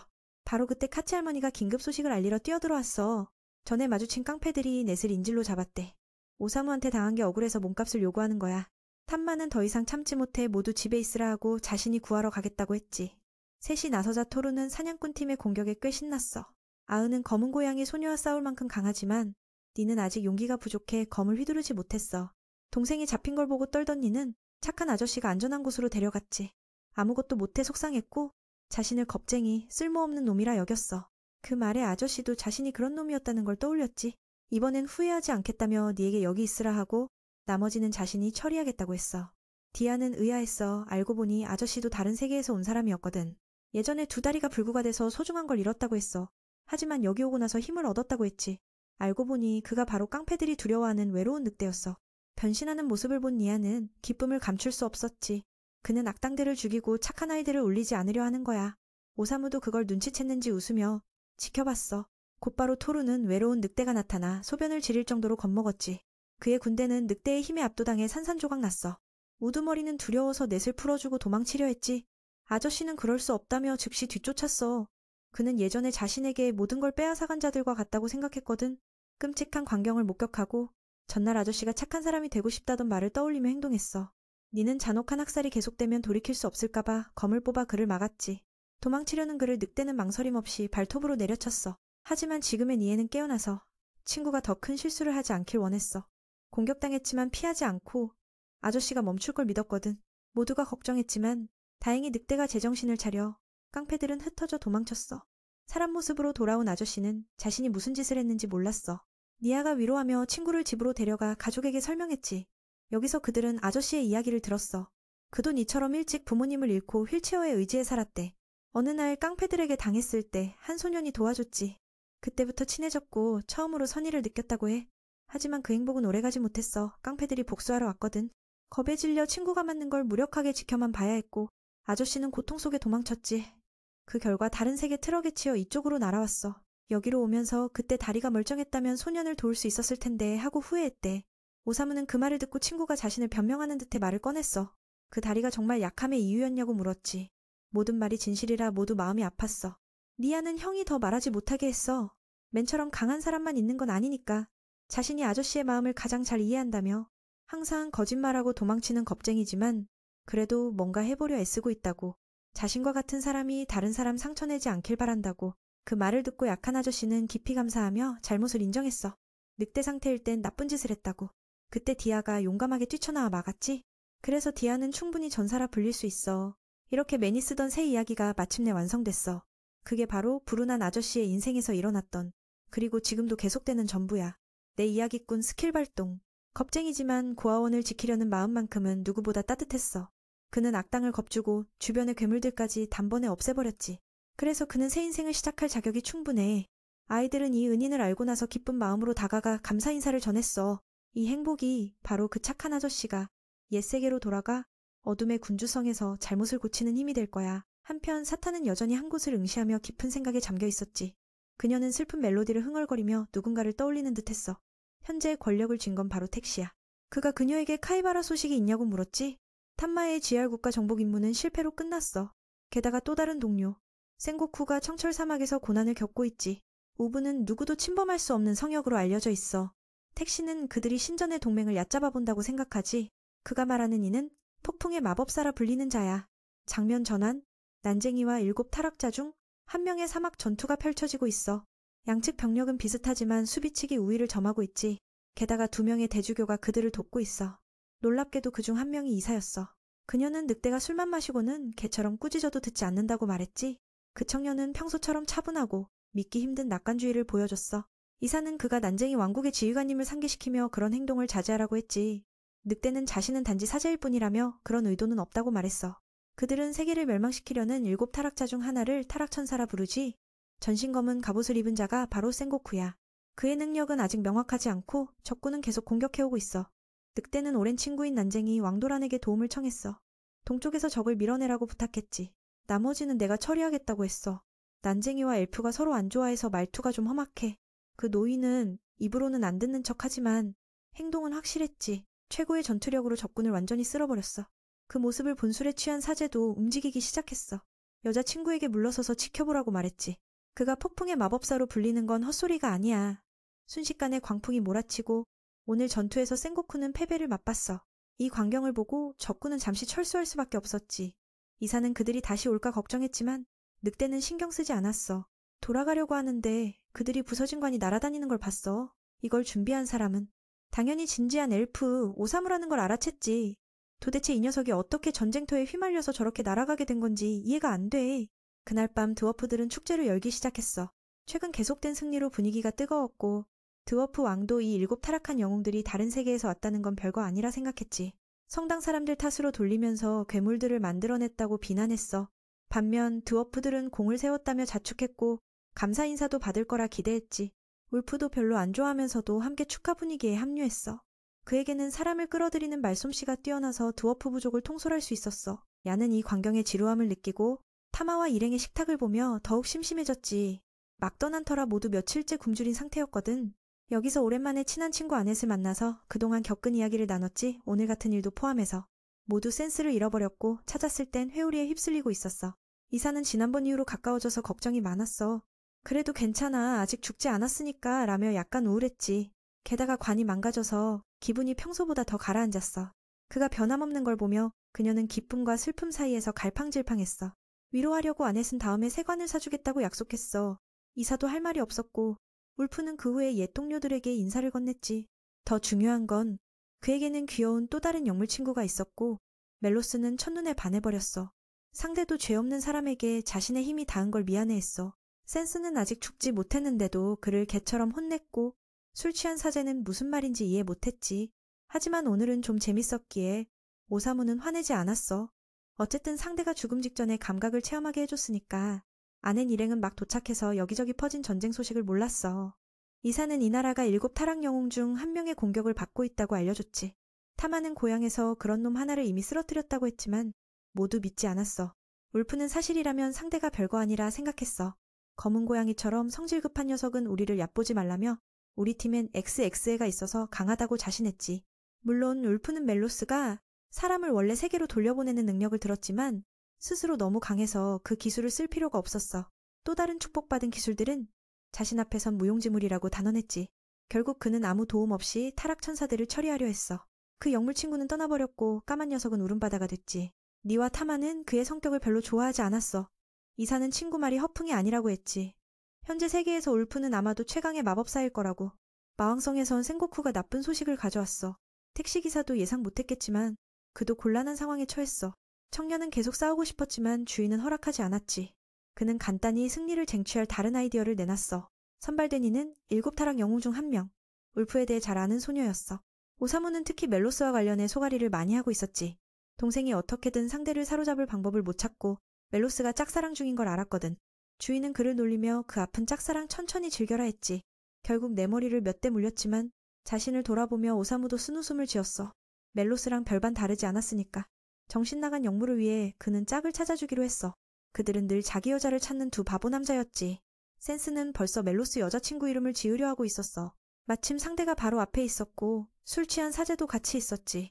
여자를 보자마자 눈이 번쩍 뜨이며 완전 집중했어. 울프는 꽤 자유분방해서 여성들에게 인기가 많았거든. 저쪽 커플은 이쪽 두 사람과 완전히 대조되게 어둡고 음침했어. 오사무는 작은 친구를 위로하며 남자라면 좋아하는 사람을 질릴 때까지 쫓아야 한다고 말했어. 그렇게 주인은 그 집으로 가서 좁은 골목길로 따라갔지. 울프는 누군가를 두드렸지만 대답이 없었어. 이런 일이 꽤 자주 일어나는 모양이야. 거기에 더해 이 청년은 엄청 흥미로워. 많은 사람이 쫓는 남자가 한 사람만 쫓고 있거든. 그는 전쟁이 벌어지고 있다 말하며 살아서 돌아올 것을 약속했어. 그 다음 이야기는 미니가 듣기 싫어서 재미없을까봐 끊었지. 다음 날 적군이 다시 공격해왔어. 타마 일행이 싸우려 하자 도란씨가 막았어. 손님이고 자신이 실력을 보여주려던 참이었거든. 늘 그랬듯 두 리더가 페타의 전투 의욕을 북돋았어. 그렇게 그들은 약한 괴물들을 가볍게 쓸어버렸지. 울프는 계속 마법으로 이사를 도왔고 멀리서 용 한 마리가 싸우고 있는 걸 가리켰어. 그게 센고쿠가 어둠의 군주가 키우는 짐승을 타고 있는 거라고 생각했지. 그 용은 전설로 불렸지만 지금은 누군가의 졸개가 됐대. 정말 불쌍하지 과하는 그 용을 해방시키고 싶어 했어. 하지만 그 용을 조종하는 자가 그가 가장 두려워해야 할 상대였지. 믿을 수가 없어. 그녀가 바로 7타락천사 중 하나라니? 더 충격적인 건 저 할머니가 술주정뱅이 신부를 주인님이라 부르다니.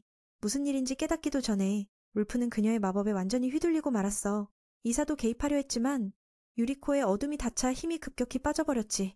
다행히 그녀는 아직 우리를 죽일 생각은 없었고 대신 울프를 다른 곳으로 데려갔어. 무력한 엘프 소녀가 간신히 도란에게 경고했어. 주력 전력을 잃었으니 후퇴하라고. 그 후 모든 상황을 그 소녀가 자세히 설명해줬어. 적의 행선지는 바로 리톤 신전. 그녀는 드워프족에게 왕을 구해달라 부탁하려 해. 드워프들은 적이 우위를 점하자 분노했어. 성체가 곧 무너질까 두려워하니까. 이 절박한 순간 오사무는 멜로스에게 조언을 건네며 여자친구를 위로하라고 했어. 주인님을 잃은 고통 속이야말로 그 틈에 끼어들 최고의 기회라고. 그 녀석 진짜 남자답게 사람 돕는 길을 택했어. 그래서 둘이서 지난번 집으로 찾아가 진실을 캐묻기로 했지. 물론 S는 울프의 복잡한 사랑 이야기를 눈치챘어. 장난치면 장난으로 돌려받는 법이지. 사랑하는 이의 이름을 듣고 그 여자가 모습을 드러냈는데 놀랍게도 할머니였어. 이 사건을 한층 더 흥미롭게 만들었지. 한편 술주정뱅이 신부는 자신이 맡은 교회로 데려와 옛 제자와 함께 있었어. 그가 깨어났지만 유리코가 이렇게 변해버린 걸 보고 깊은 슬픔에 잠겼지. 유리코는 이곳을 자신의 청춘이라 불렀어. 신전 사람들은 주인이 위기에 처하자 반갑게 맞아들였지만 그들은 그녀의 상대가 되지 못했어. 그녀는 울프에게 감사했어. 그의 존재 덕분에 자신의 힘이 이렇게 꽃피었다고. 한편 이사는 상대가 옛 친구의 제자라는 걸 알아냈어. 그 친구는 이 세계에서 온 이들을 훈련시키는 일에 늘 열정적이었지. 하지만 어느 날부터 그 이야기를 멈추고 술에 빠져버렸어. 그 이유가 그 제자 때문인지는 모르지만 가장 중요한 건 사람을 구해와야 한다는 거야. 늙은 친구는 간절히 원했지만 지금 우리 병력은 부족해. 그 말을 듣고 타마가 이 세계의 적들을 대신해 이 땅을 지키겠다 선언했지. 아넷은 신들이 이 만남을 운명으로 만든 거라 믿고 있어. 오사무를 부르려 했는데 갑자기 그가 어디론가 사라졌어. 니아가 말하길 어제부터 아직 돌아오지 않았대. 마침 맨이 돌아왔는데 그 할머니까지 데려왔으니 아넷은 속이 타들어가. 내가 이리 예쁘고 멋진데 아직 한 번도 안 안겨봤다니. 그런데 그 녀석은 나이든 여자한테만 매달려 있고 말이야. 모두들 이 촌스러운 광경에 충격을 금치 못했지. 다음날 구출작전을 준비하며 돌아는 병사들에게 갑옷과 장비를 빌려줬지만 예전만큼 멋지진 않았어. 타마는 곧 싸울 생각에 완전 신나 있어. 그 녀석이 요구한 장비는 자기만의 최강관짝이었어. 하지만 저 노인네는 너무 까다롭다며 만들기 힘들대. 시간도 촉박해서 당장은 완성 안 됐지. 타마가 상대를 깐죽거리며 난 왜 이렇게 못 만드는 거야? 하니까 친구가 말문이 막혔어. 이제 이사이사카가 빨리 사람 구하러 가야겠다고 나섰지.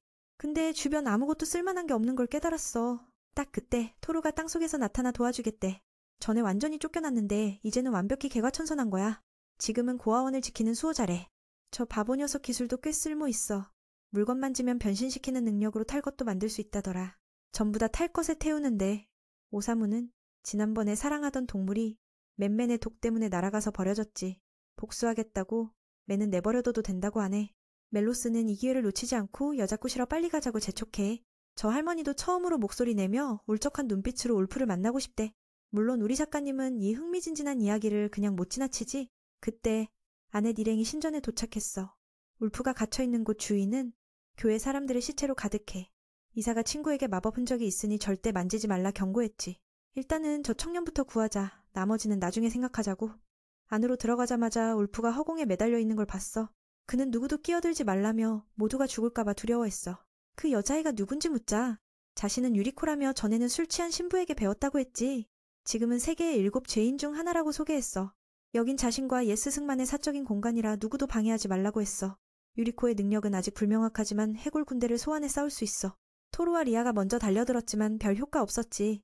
울프는 그만하자고 했지만 그녀는 적에게는 무자비하라는 가르침을 따랐어.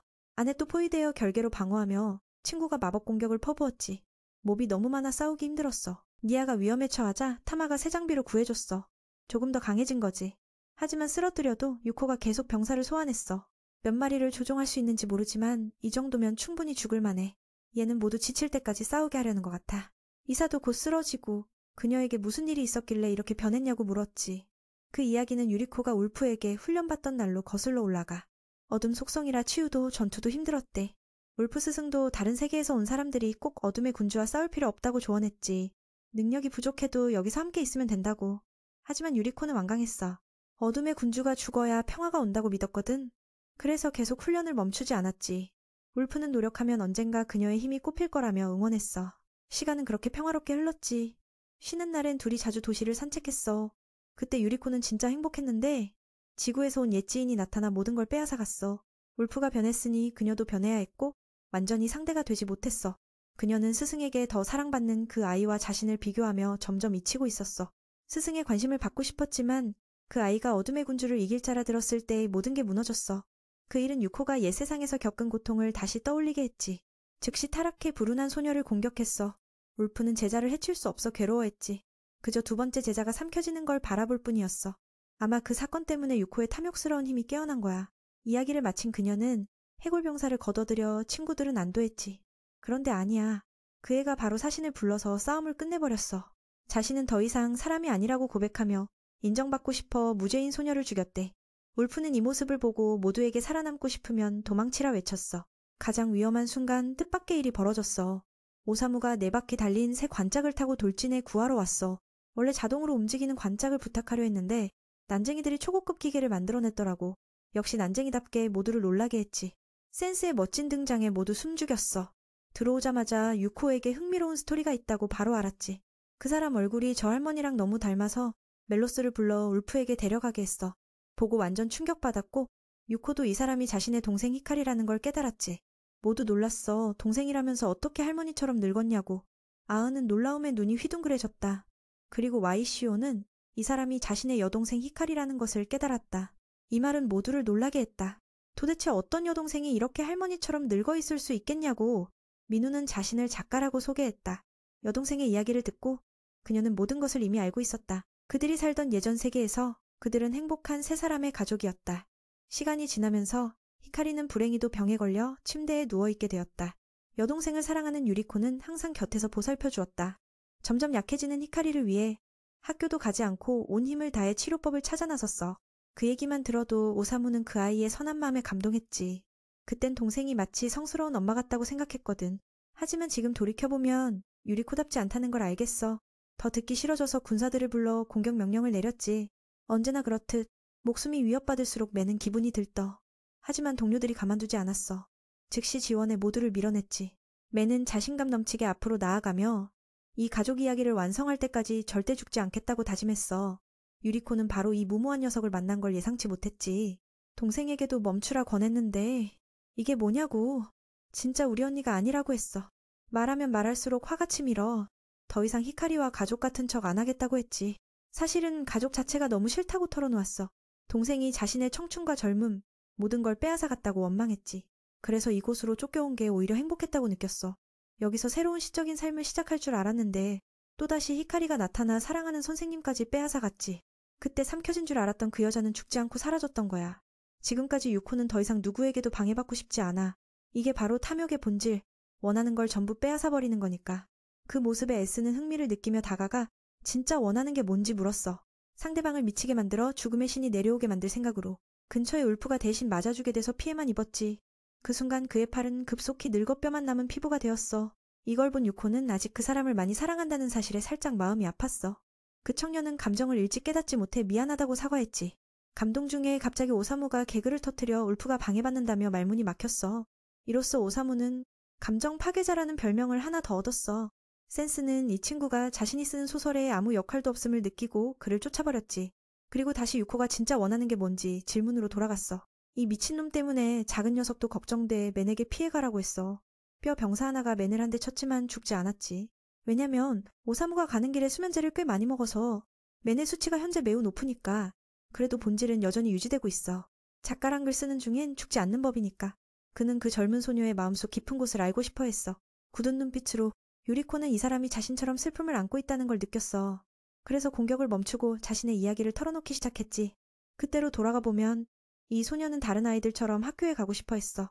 하지만 불행하게도 두 자매의 아버지는 그걸 신경 쓰지 않고 히카리만 사랑했어. 그는 동생에게만 좋아하는 물건을 사주곤 했지. 반면 유코는 아니었어. 매일같이 언니는 아버지가 일하러 가는 동안 동생을 돌봐야 했어. 그럼에도 불구하고 그 강인한 소녀는 감정을 억누르려 했었어. 시간 날 때마다 교복을 입고 학교에 갈 날만을 꿈꿨지. 그날 밤 집으로 돌아온 후 히카리의 병세가 갑자기 악화됐어.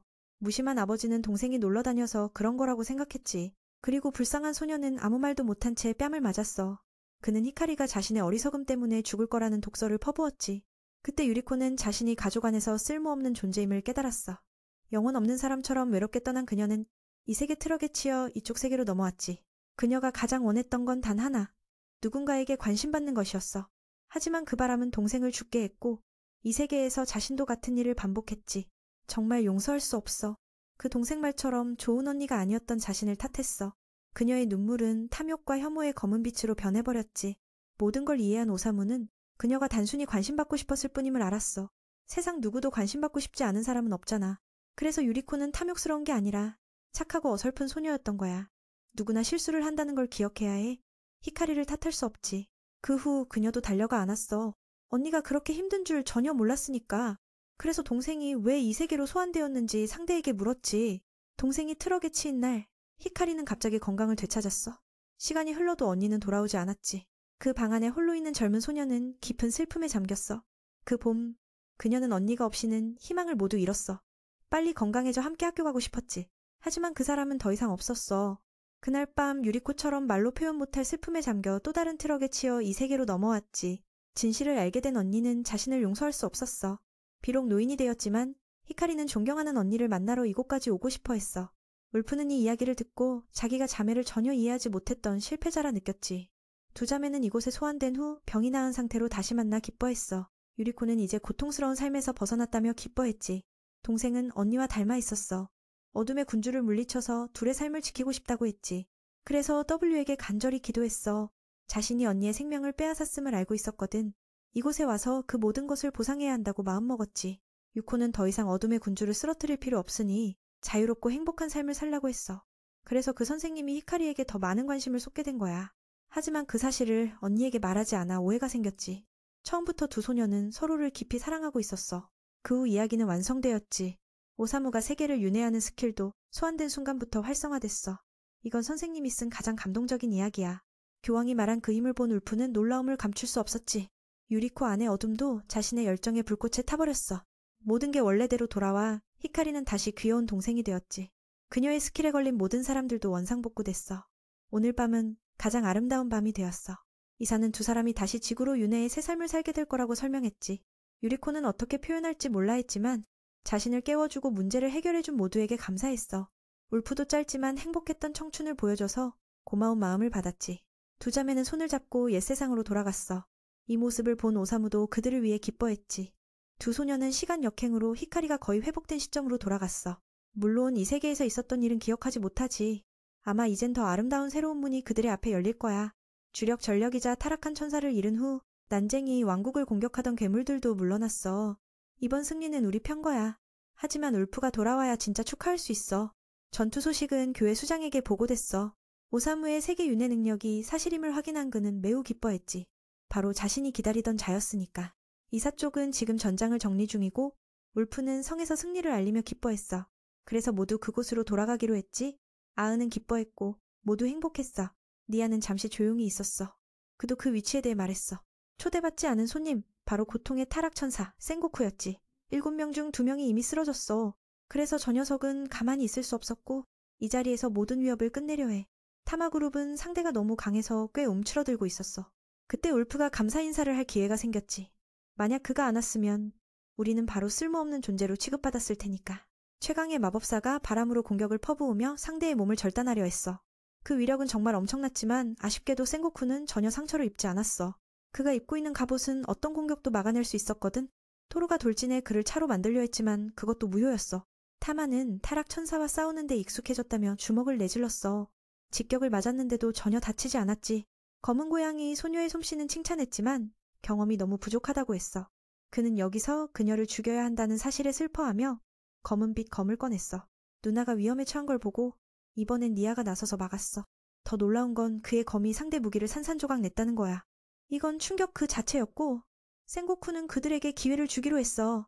저 녀석이 전투 기술을 갈고 닦길 바란다고. 그리고 언젠가는 나와 겨룰 날이 올 거라고. 다른 사람들도 니아의 실력에 감탄하며 저 타락한 신을 쫓아냈다며 칭찬했지. 그 자신은 잘 모르겠지만 이 정도면 좋은 거야. 오사무도 나서지 않아도 돼서 만족했어. 그리고 모두 난쟁이 군대와 함께 축하했지. 모두가 행복했어. 두 전선에서 완전한 승리였으니까. 비록 끝난 건 아니지만 기분 올리려 파티부터 시작했지. 이사도 자신의 생각을 나눴어. 두 자매가 아름다운 결말을 맞이한 게 정말 다행이라고. 울프는 확신하지 못했어. 옛 세계에선 그들이 행복하지 못했으니까. 그리고 이전 사건들 이후에 그는 그들이 소환된 이유가 영웅이 되려는 게 아니라 슬픔을 체험하기 위함일지 모른다고 생각했어. 주교님의 방식이 정말 옳은지 묻고 싶었지. 원래는 섬기는 자들이니 의심하면 안 되지만 지금 상황이 너무 혼란스러워서 이사도 동료들의 생각을 어느 정도 이해했어. 그날 밤 살진이 사막 지역에 갑자기 나타났어. 그녀는 성벽을 넘어 곧장 성 안으로 들어갔지. 매는 이 사실을 전혀 모르고 여전히 멜로스의 여자친구를 꼬시는 중이었어. 이번 사건도 한몫해서 매는 고백하러 갔지. 결과는 마음이 찢어질 만큼 거절당했어. 그걸 본 매는 위로해주며 사랑하는 사람을 위해 아무리 희생해도 보답받지 못할 때가 있다고 했어. 말이 끝나자마자 살진이 스쳐 지나가 오사무를 멍하게 만들었지. 내가 사람을 찾은 게 아니라 사람이 나를 찾아온 거였구나. 그녀는 여전히 같지만 단지 성격만 바뀌었을 뿐이야. 드디어 작은 존재도 이 세계에 도착했다는 걸 확인했어. 할 말이 참 많아. 사랑하는 사람의 손을 잡고 높은 곳에서 함께 뛰어내려도 괜찮은지 시험해보고 싶었지. 하지만 사진은 손을 놓고 더 이상 함께 로그아웃하지 않으려 했어. 민호는 마지막으로 만났을 때와는 조금 달라졌다고 했지. 눈빛이 훨씬 살아있어졌으니 쓸데없는 짓은 그만둬도 된다고. 하지만 이건 내가 알던 센스가 아니야. 작은 성과가 거절했지. 그는 자신이 변하지 않았다고 우겼어. 마침 멜로스의 경고를 받고 새 동료가 다가왔어. 그들을 보며 사진은 오사무가 이 세계에서 더 좋은 무언가를 찾았다며 더 이상 그와 함께할 수 없다고 했어. 그 말은 이미 죽어버린 마음에 소금을 뿌리는 격이었고 오사무를 깊게 아프게 했지. 청년이 작은 존재를 사진이라 부르자 그들은 센스가 오랫동안 여행을 떠난 이유를 알고 충격에 빠졌어. 아넷은 조금 슬펐어. 그가 자신의 가장 큰 라이벌이었으니까. 다음 날 아침 세자매는 대장간에 찾아가 멋진 장비를 만들어준 것에 감사했어. 이 노인은 바로 문필가태의 관을 수리하고 개조해준 사람이었지. 하지만 그는 이미 뇌사 상태라 아무것도 알지 못했어. 어제 멜로스를 위로해줬는데 오늘은 내가 위로받을 차례네. 그는 혼잣말로 사진이 자신을 오해했다고 이제는 잃어버렸다고 했어. 나는 전혀 기쁘지 않았지. 이 상황을 보고 아네스는 무슨 말을 해야 할지 몰랐어. 결국 그는 무한수면제를 부어대며 스스로를 달랬지. 전생이라도 갈 수 있으면 좋겠는데 너무 고통스러워. 그러다 오사무의 배가 더 이상 참지 못하고 굴러떨어졌어. 이참에 니아도 아저씨 대장장이에게 아버지가 남긴 검을 봐달라고 부탁했어. 타락천사 무리의 무기보다 강하게 전설의 대장장이에게 조정해달라고. 그가 검을 열어보자 이 무기는 자신이 감당할 수 없는 경지를 넘었다고 알았어. 무기 주인보다 훨씬 뛰어나니 니아가 연습해서 검에 걸맞는 존재가 돼야 한다고 말했지. 그는 언젠가 니아가 영웅이 될 거라고 확신했어. 그때 갑자기 내 이동식관이 작동했어. 아직 완성되지 않아 약간 조정이 필요했지. 지금 쓰면 진짜 죽을 수도 있으니 조심하라고 했어. 듣고 나서 그는 바로 감사 인사하며 전속력으로 밖으로 돌진했어. 이 슬픔을 누가 알겠어? 그래도 우린 쫓아가야 해. 사진이 무슨 짓 할지 모르니까. 장면이 어둠의 군주성으로 전환돼. 니아가 파괴한 후 소검 에스고쿠는 평소보다 더 활기차졌어. 정상에서 그와 싸우고 싶어 죽겠대. 사진이 막 돌아왔고 택시도 그가 기뻐하는 걸 바로 알아챘어. 남은 멤버들의 회의도 곧 열렸지. 2명은 아직 모습을 드러내지 않았고 우두머리는 친구들을 더 잃지 않으려 뭔가 계획 중이야. 사진은 택시에게 여기나마 결과를 지켜보라고 했어. 그런 게으른 녀석이 무슨 입김이 있겠어. 사진도 그걸 인정하며 따르겠다고 했고 그녀가 사랑하는 사람에 대해 물었어. 오사무를 만난 후 그녀는 그가 세계를 바꿀 힘을 가진 자임을 확신했어. 동시에 그들은 그가 가장 큰 적임도 알았지. 그는 여전히 자신이 바라는 멋진 남자야. 그 얘기가 사진이 자신에게 걸맞다는 증거가 됐어. 여기선 그녀가 자존심 강한 여왕으로 여겨져 아무도 반대하지 못해. 다음 날 아네스 일행은 민호를 쫓아다녔지만 아무도 못 찾았어. 탐마는 짜증나서 저 녀석이 어디로 사라졌는지 모르겠대. 그들조차 지금 위치조차 모르는 상태야. 마침 친절한 아저씨가 다가와 여기가 돼지마을이라며 영웅의 마지막 정착지라고 알려줬어. 전에 영웅은 마을에서 피로를 풀고 바로 어둠의 군주성으로 가서 그를 물리쳤대. 마을 사람들은 그 영웅을 기념해 동상을 세웠지. 탐마가 그 동상이 이상하다며 마치 청년이 괴물에게 쫓기는 것 같다 했어. 아저씨는 사실 두 동상이 서로 마주보고 있다고 설명했지. 하지만 누가 똥덩어리를 타고 와서 박았기 때문에 그렇게 됐다고 했어. 그 얘기를 듣고 세 사람은 입을 다물지 못했어. 지금 시대에 이동식관을 가진 건 센스뿐이니까. 그래서 그가 관을 마을 변두리 신전으로 날려보냈대. 그곳은 아직 오란의 금단의 땅과 이어지지 않아. 거기엔 요정들이 산다네. 탐마는 민호가 괜찮을지 걱정했어. 위험해 보이니까. 농부는 그 땅에 가려면 수많은 고난과 시련을 넘겨야 한다고 덧붙였지. 저 녀석은 지금도 광속으로 달리고 있어. 외부에서 말한 시련은 강력한 괴물들이란 거야. 하지만 오사무는 신경도 안 쓰고 괴물들을 박살내며 금단의 땅으로 돌진했어. 전설의 영웅만이 3가지 시련을 넘어 요정들의 보호를 받았다는데 오사무는 아마 2번째인 듯해. 괴물들을 박살내고 아름다운 요정의 품에 바로 도달했으니까 그녀는 그가 2번째로 이곳에 온 사람임을 인정했어. 언덕 위에 앉아 이곳이 천국인지 묻기도 했지. 좀 이상하게 생겼다며. 그때 몇 명의 요정 자매가 나타났어. 그들은 쌍둥이 솔루와 율루야. 그들이 센스에게 머리를 숙이라고 했는데 그는 살짝 쳐다보고 수면제를 꺼내 빨았어. 솔루가 맨한테 따지듯 묻더라. 여왕님의 가슴 위에 언제까지 앉아있을 셈이냐고. 이 녀석은 전혀 신경 안 쓰고 약 한 무더기를 틈새에 쏟아부었어. 근데 이상하게도 만지게 해주더라. 사람이라서 그런가 봐. 저 녀석들도 찔러보려 했는데 오페리스가 막았지. 여왕님이 자신을 소개했어. 요정족의 여왕이라고 여기까지 온 자에게 보호를 베푸는 자라 했지. 그들은 늘 저 바깥 세상의 평화를 바라기에 젊은이들에게 그 보호를 받아들이고 여왕의 소원을 이루라 강요했어. 그리고 맨에게 물었지. 세상을 구하는 데 필요한 건 뭐냐고. 믿음인가 절대적인 힘인가 둘 중 하나를 고르라고 했어. 각각 욜로와 솔로에 해당하는 거였지. 맨은 잠시 생각하다가 말했어. 내가 믿었던 자는 이미 날 버렸어. 이제는 살 의욕도 없어. 이 세상은 참 이상해. 늘 선택하라 하는데 센스 같은 사람은 그냥 자기 멋대로 하는 걸 좋아해. 그래서 세상 구하라는 요구도 거절했어. 너무 피곤하다고. 이 녀석은 마약에 취한 듯 드러누워서 뻗어버렸어. 다른 3명은 무슨 상황인지 이해 못하고 이 남자를 오해했다고 생각했지. 반면 여왕은 오사무 몸에 에키의 보호가 있다는 걸 알아챘어. 그녀도 요정족이라 여기 있는 이들은 그 아이가 진심으로 순수하다는 걸 알았지. 결코 자격 없는 자를 선택하지 않을 거란 걸. 에키에게서 뭘 받았냐고 묻자 오사무가 말했어. 그녀가 내 약병을 무한으로 만들어줬어. 게다가 3명에게도 써보라고 권했지. 솔루는 화가 치밀어 올라찌르겠다고 협박했는데 오사무는 오히려 먼저 감사해서 솔루는 완전히 당황했어. 오비스는 첫 번째 영웅 이야기를 들려줬어. 안타깝게도 그 영웅은 보호를 받았음에도 여왕의 소원인 평화를 이루지 못했어. 지금 밖은 혼돈 그 자체야. 요정족이 세계의 수호자라 자처하고 타락한 신들이 용을 무찌르고 새로운 지배자가 되었지. 게다가 다른 세계에서 온 이들이 많아져 선과 악의 경계가 흐려졌어. 이 혼란을 끝내려면 반드시 정직한 마음을 가진 누군가가 필요해. 운명이 어쩌면 오사무를 여기로 데려왔을지도 몰라. 언뜻 봐선 믿음이 안 가지만 그녀는 이 지친 작가에게 믿음을 걸고 싶어해. 여왕은 붉은 실을 만지며 말했어.